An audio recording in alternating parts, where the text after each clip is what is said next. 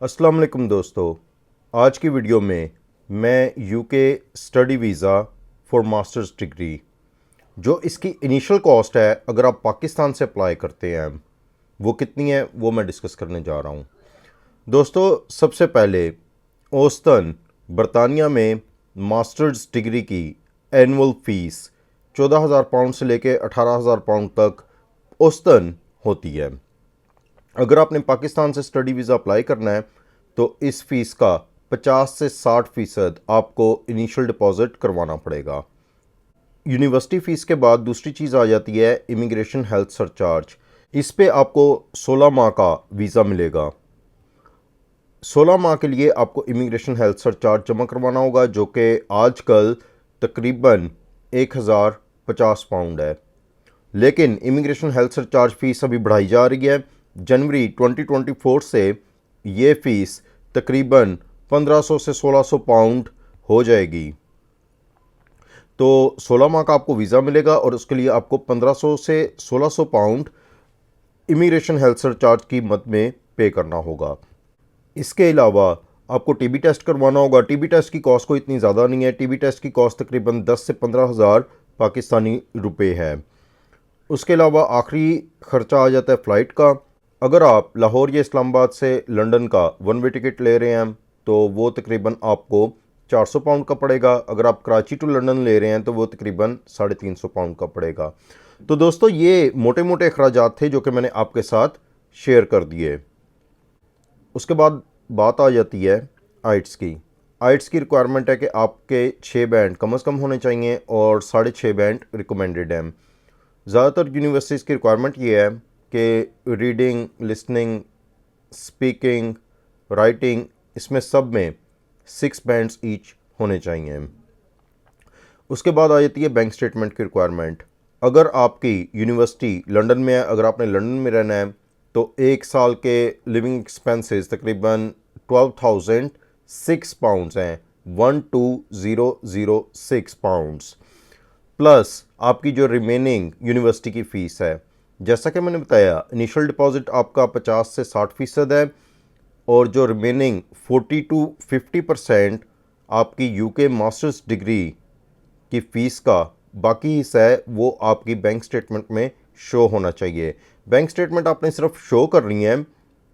अगर आपकी university London से बाहर है तो 9,300 पाउंड्स तकरीबन इसकी बैंक स्टेटमेंट होगी प्लस रिमेनिंग यूनिवर्सिटी फ़ीस जो कि तकरीबन 40 से 50% आपकी बाकी है। तो दोस्तों अगर मैं पाकिस्तानी रुपयों में बात करूं तो ये एवरेज तकरीबन 60 से 80 लाख रुपए की आपकी बैंक स्टेटमेंट होगी। बैंक स्टेटमेंट के लिए ज़रूरी है कि वो स्टूडेंट के अपने नाम पे हो तो ज़्यादा बेहतर है। अगर स्टूडेंट के अपने नाम पे नहीं है तो उसके पेरेंट्स के नाम पे होनी चाहिए। लेकिन उस सूरत में आपको 2 डॉक्यूमेंट एडिशनल लेने होंगे। एक तो बर्थ सर्टिफिकेट और दूसरा आपके पेरेंट का कंसेंट फॉर्म होना चाहिए कि जी ठीक है मैं अपने बच्चे को या बेटी को यूके स्टडी वीज़ा के लिए फ़ाइनेंस कर रहा हूँ और ये पैसे उसके स्टडी के और लिविंग एक्सपेंसेस के लिए अवेलेबल होंगे। बैंक स्टेटमेंट की ये सिर्फ एक फॉर्मेलिटी है, इसकी वो ज़्यादा डेप्थ में नहीं जाएंगे। वो कोई सोर्स ऑफ इनकम नहीं पूछते, बस पैसे बैंक अकाउंट में होना ज़रूरी है। दोस्तों एलिजिबिलिटी बहुत अहम फैक्टर है। अगर आपने यूके में मास्टर्स डिग्री के लिए अप्लाई करना है तो पाकिस्तान से आपकी 16 साल की एजुकेशन होना ज़रूरी है। अब वो 16 साल की एजुकेशन कैसे होगी? अगर आपने इंटर किया है, इंटर के बाद आपने 4 साल का किसी पाकिस्तानी यूनिवर्सिटी से बैचलर्स प्रोग्राम किया है, फॉर एग्ज़ाम्पल BBA, तो उस सूरत में आप यूके मास्टर्स डिग्री के लिए एलिजिबल हैं। अगर आपने सिंपल BCom किया है तो उस केस में आप यूके मास्टर्स डिग्री के लिए एलिजिबल नहीं है। मैं ये अज्यूम कर रहा हूँ कि आपने 2 साल वाला सिंपल BCom किया है। अगर आपने 2 साल वाला सिंपल BCom किया है उसके बाद 2 साल का MCom किया है तो भी आप यूके मास्टर्स डिग्री के लिए एलिजिबल हैं। अगर आपने MCom किया है तो वो ज़ाहिर बात है कि आपकी 16 साल की एजुकेशन मुकम्मल हो जाती है। उसके बाद आप यूके मास्टर्स डिग्री के लिए अप्लाई कर सकते हैं। अगर आपने किसी पाकिस्तानी यूनिवर्सिटी से 3 साल का बैचलर्स प्रोग्राम किया है तो उस सूरत में आपको यूके अंडर ग्रेजुएट डिग्री में दाखिला मिलेगा। उसमें जो फाइनल ईयर है उसमें आप डायरेक्ट जाएंगे, फाइनल ईयर आप पास करें और उसके बाद आगे आप मास्टर्स डिग्री के लिए एडमिशन ले सकते हैं। अगर आपने सिंपल 2 साल का बैचलर्स किया है, बीए या बीकॉम या बीएससी, उस सूरत में आपको यूके अंडर ग्रेजुएट डिग्री के लिए दाखिला मिलेगा।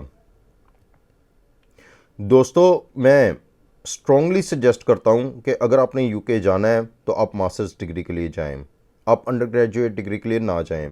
क्योंकि देखें, अगर आप स्टडी वीज़ा पे जाते हैं आपके वर्किंग आवर्स पे रिस्ट्रिक्शन होती है और इसके अलावा स्टडी वीज़े के दौरान आपको फीसिस भी अदा करनी है। मास्टर्स डिग्री तो चलो 1 साल की है तो 1 साल कड़वा घूंट इंसान कर लेता है, फ़ीस वगैरह पे कर देता है। लेकिन अगर ये बात आ जाए अंडर ग्रेजुएट डिग्री की, जो कि यूके में अगर फॉर एग्ज़ाम्पल 3 साल की है, तो 3 साल तक भारी फीसेस अदा करना, 12,000 पाउंड, 14,000 पाउंड, 15,000 पाउंड, वो बहुत ज़्यादा महंगा हो जाता है। तो दोस्तों, आपने देखा कि पहले मैं बीकॉम की एग्जांपल दे रहा था। बीकॉम एमकॉम अगर आपने किया हुआ है तो आगे आप अकाउंटिंग एंड फाइनेंस में जा सकते हैं, बिजनेस मैनेजमेंट में जा सकते हैं, बिजनेस एनालिसिस या फिर मार्केटिंग वगैरह के कोर्सेज में आप एडमिशन ले सकते हैं।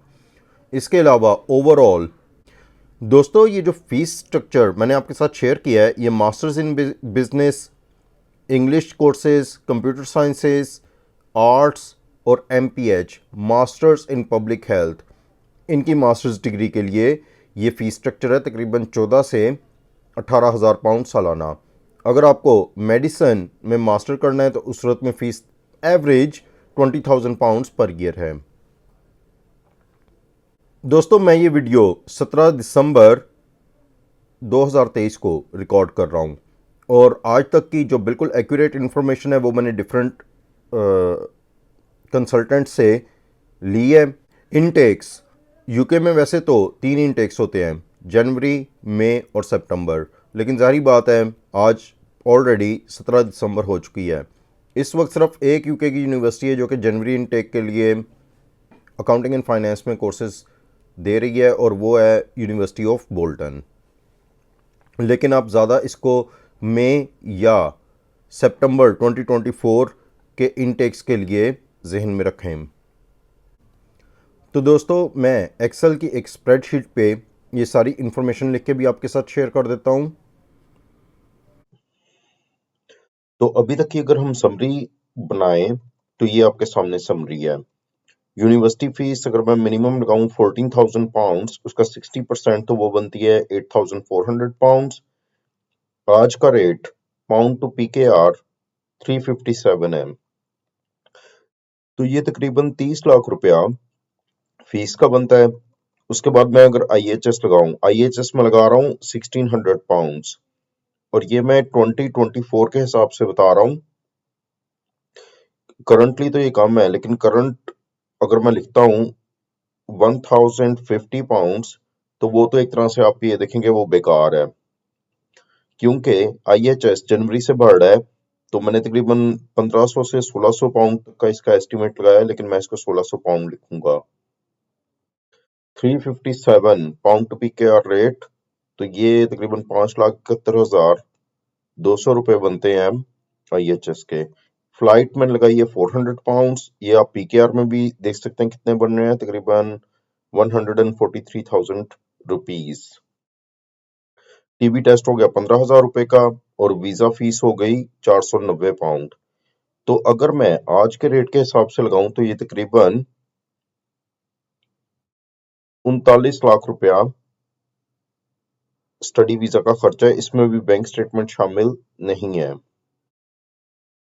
पाउंड टू पीकेआर रेट अगर 360 के हिसाब से मैं लगाऊं, पाउंड में एक्सपेंसेस यही हैं, लेकिन अगर pound to PKR for example अगर 360 रुपये का हो जाता है तो उस सूरत में आपके जो एक्सपेंसेस हैं तकरीबन 35,000 रुपये से बढ़ जाएंगे।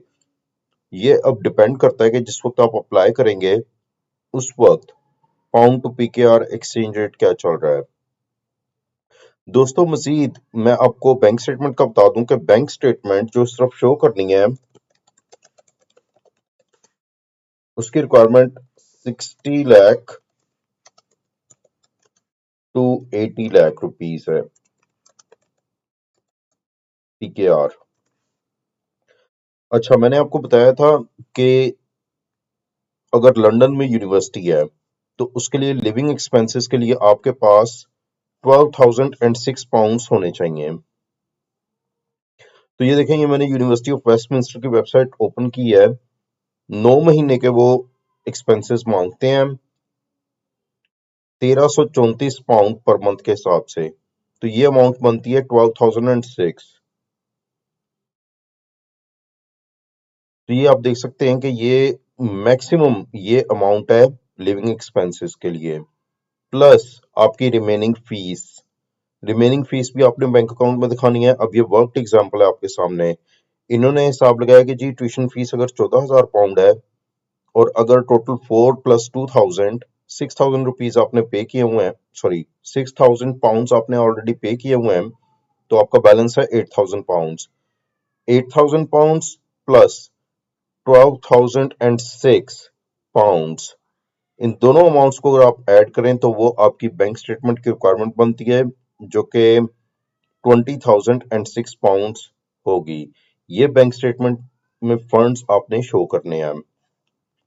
ये फंड 28 दिन के लिए बैंक स्टेटमेंट में होने चाहिए। मैं पहले भी बता चुका हूँ कि बैंक स्टेटमेंट आपके नाम की भी हो सकती है और आपके पेरेंट्स के नाम की भी हो सकती है। तो जी इसको हम कंक्लूड करते हैं।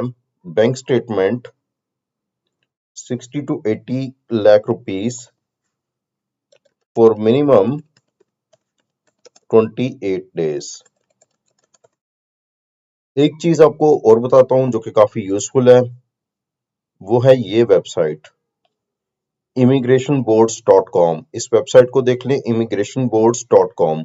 कोई भी वीजा हो उससे मुतालिक अगर आपके क्वेश्चंस हो, आप इस वेबसाइट पे जाके खुद को पहले रजिस्टर करेंगे और उसके बाद आप अपना जो भी क्वेश्चन है वो यहाँ पे पोस्ट कर सकते हैं। यहाँ पे एक्सपर्ट लोग बैठे होते हैं जो कि आपके सवालों के जवाब देते हैं। मैंने अपने इमिग्रेशन के सफर में जब जब मुझे मुश्किलात आई, मैंने इस वेबसाइट का बहुत इस्तेमाल किया और इसका मुझे बहुत फायदा हुआ। ये देखें, डिफरेंट वीजा कैटेगरीज हैं और उनके सेक्शंस बने हुए हैं। हम यूके स्टूडेंट वीजा में जाते हैं। अब ये देखें, ये मुख्तलिफ लोगों ने अपने सवालात यहाँ पे पोस्ट किए हुए हैं और हम अगर किसी में भी जाएं तो आप देख सकते हैं कि सवालों के जवाब भी एक्सपर्ट्स देते हैं। तो immigrationboards.com, इस वेबसाइट को देखें, इसको स्टडी करें, ये बहुत मुफीद वेबसाइट है। मेरा नाम फ़हीम अहमद है। मैं एक अकाउंटिंग एंड फाइनेंस टीचर हूँ। मैंने पाकिस्तान से 2007 से 2009 के दरमियान ACCA पास किया, जो कि यूके की प्रोफेशनल अकाउंटेंसी क्वालिफ़िकेशन है। उसके बाद मैंने 2009 के एंड में यूके स्टडी वीज़ा अप्लाई किया था, जो कि मैंने फरवरी में हासिल कर लिया था और मार्च 2010 में मैं यूके चला गया था। वहाँ जाके मैंने अपनी मास्टर्स इन इंटरनेशनल अकाउंटिंग की डिग्री मुकम्मल की थी। उसके बाद मैंने पोस्ट स्टडी वर्कर अप्लाई किया था, वो वीज़ा मुझे मिला था और 2 साल तक 2013 तक मैंने उस वीज़ा पे यूके में काम किया। उसके बाद मैंने यूके एंटरप्रेन्योर वीज़ा अप्लाई किया। तकरीबन 2014 में मुझे यूके एंटरप्रेन्योर वीज़ा मिला। 31 दिसंबर 2019 को मुझे यूके में इंडेफिनेट लीव टू रिमेन मिल, जो कि आप कह सकते हैं परमानेंट रेजिडेंस, मुस्तकिल सुकूनत। और उसके बाद 2021 में मुझे ब्रिटिश नेशनलिटी और ब्रिटिश पासपोर्ट भी मिल गया था। तो दोस्तों बात यह है कि मैं इस सारे प्रोसेस से गुजरा हुआ हूँ। UK study visa, work visa, ये सारे प्रोसीजर से मैं गुजरा हुआ हूँ। मैं कोई इमिग्रेशन कंसल्टेंट नहीं हूँ, लेकिन मैं आपको एक जनरल गाइडलाइन दे सकता हूँ। तो मैं कोई वीज़ा कंसल्टेंट भी नहीं हूँ और ना मेरा इसमें कोई फाइनेंशियल वेस्टेड इंटरेस्ट है। मैं ये वीडियो सिर्फ इसलिए बना रहा हूँ ताकि लोगों को गाइड किया जा सके। मैंने डिफरेंट कंसल्टेंट से ये सारी इन्फॉर्मेशन इकट्ठी की है और हत्तल इम्कान पूरी ईमानदारी से इसको आपके साथ मैं शेयर कर रहा हूँ। दोस्तों, अगर आपको मेरी ये वीडियो पसंद आई है तो लाइक कीजिए, सब्सक्राइब कीजिए और बेल का आइकन दबाइए। मज़ीद वीडियोस में मैं वर्क वीज़ा भी डिस्कस करूँगा। मैं मुख्तलिफ़ मुल्कों की इमिग्रेशन, स्टडी वीज़ाज़, इनके बारे में भी बात करूँगा। तो आज की वीडियो के लिए इतना ही। शुक्रिया।